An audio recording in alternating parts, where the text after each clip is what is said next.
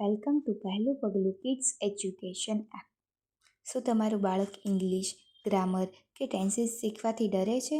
તો ચિંતા ન કરો, કારણ કે પહેલું પગલું એપ લઈને આવી રહી છે આપના માટે ઇંગ્લિશ શીખોના વિડીયોઝ, જેમાં બાળકોને સરળ સમજૂતી, વાક્યોની પ્રેક્ટિસ અને ગુજરાતી ઉદાહરણ દ્વારા શીખવવામાં આવે છે. તો હવે રાહ ના જુઓ અને આજે જ ડાઉનલોડ કરો પહેલું પગલું એપ અને તમારા બાળકને બનાવો English champion.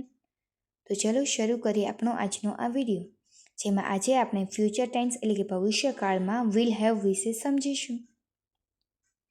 Future perfect tense એટલે કે પૂર્ણ ભવિષ્યકાળ વિલ હેવનો ઉપયોગ થાય છે જ્યારે આપણે કોઈ એવી ક્રિયા વિશે વાત કરતા હોઈએ કે જે ભવિષ્યમાં કોઈ ચોક્કસ સમય સુધીમાં પૂરી થઈ ગઈ હશે, ત્યારે આ કાળનો ઉપયોગ થાય છે, જેમાં પહેલાં subject plus will have plus V3 એટલે કે ક્રિયાપદનું ત્રીજું રૂપનો ઉપયોગ થાય છે. વિલ હેવની સાથે હંમેશા ક્રિયાપદનું ત્રીજું રૂપ V3 જ આવે, જેમ કે રાઇટનું રિટન, ફિનિશનું ફિનિશ્ડ, સ્પીકનું સ્પોકન. જ્યારે તમારે ખાતરીપૂર્વક કહેવું હોય કે આ કામ થઈ ગયું હશે, ત્યારે જ આનો ઉપયોગ કરવો. તો ચલો હવે વાક્યો દ્વારા વધારે સમજીએ. Komal says will you have finished the work? શું તે કામ પૂરું કરી લીધું હશે? Kajal says yes I will have finished it. હા, મેં તે પૂરું કરી લીધું હશે. Komal says will they have eaten lunch? શું તેઓએ બપોરનું ભોજન કરી લીધું હશે? Kajal says yes they will have eaten. હા, તેઓએ જમી લીધું હશે. Komal says will he have slept by 10 PM? શું તે રાત્રે 10 વાગ્યામાં સૂઈ ગયો હશે? Kajal says yes he will have slept. હા, તે સૂઈ ગયો હશે. Komal says will she have gone to the party? શું તે પાર્ટીમાં ગઈ હશે?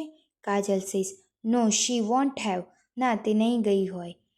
Komal says will you have come back from Dubai by next month? શું તું આવતા મહિના સુધીમાં દુબઈથી પાછી આવી જઈશ? Kajal says yes I will have come back by then. હા, હું ત્યાં સુધીમાં પાછી આવી જઈશ. Komal says will you have taken your test by this time? શું તે આ સમય સુધીમાં તારી પરીક્ષા પાછી આપી દીધી હશે? Kajal says yes I will have finished an important chapter of my life. હા, મારા જીવનનું મહત્વપૂર્ણ પ્રકરણ પૂરું થઈ ગયું હશે. Komal says will you have sent the email? શું તે ઈમેલ મોકલી દીધો હશે? Kajal says yes I will have send it. હા, મેં તે મોકલી દીધો હશે. Komal says will we have won the match?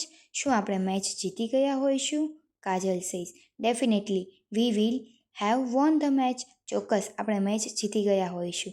વાક્યમાં બાય શબ્દનો ઉપયોગ સમય દર્શાવવા માટે થાય છે, જેમ કે બાય મંડે એટલે કે સોમવાર સુધીમાં, બાય 5 PM એટલે કે સાંજે 5 વાગ્યા સુધીમાં. તો બાળમિત્રો, આ રીતે અંગ્રેજી શીખવા માટે આજે જ ડાઉનલોડ કરો પહેલું પગલું કિડ્સ એજ્યુકેશન એપ. અને હા, વિડીયો ગમ્યો હોય તો વિડીયોને લાઇક, કમેન્ટ અને પોતાના મિત્રો સાથે શેર કરવાનું ભૂલશો નહીં. Thank you.